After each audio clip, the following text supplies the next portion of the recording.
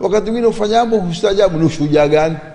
Hamumtaki mtu, mkafanya maandamano, kisha huchoma maduka na magari. Sasa kuna faida? Mimi hamumtaki, mchomeni ule mtu.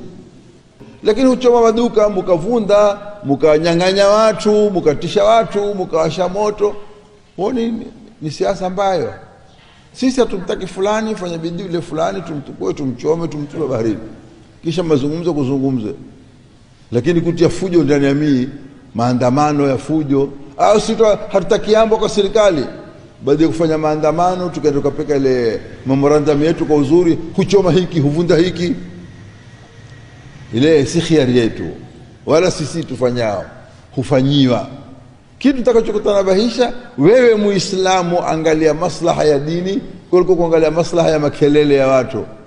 Wala usishtuke kelele, hakuna kelele nyingi. Ndio leo senali atba'u kulli naik. Ni wapi ambao kwamba hawana msimamo? Atba'u kulli naik, wakisikia sauti hufuata, tufanye nini, tufanye nini.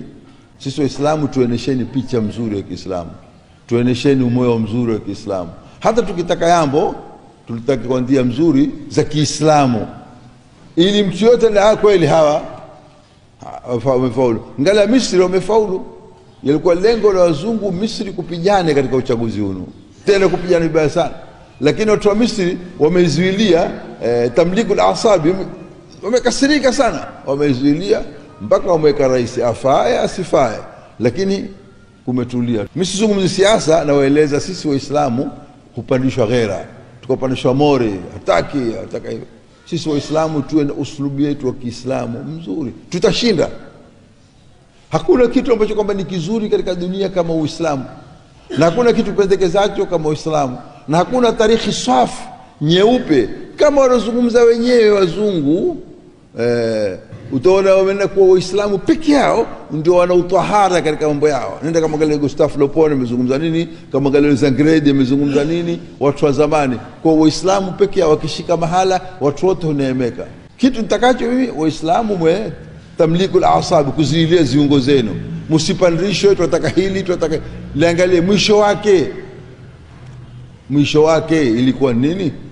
Tapa mfano tu ningali wa kisiasa, tunaambia hapa kuna chama cha Kiislamu APK kuokoa Waislamu. Mbona kumenyamawa?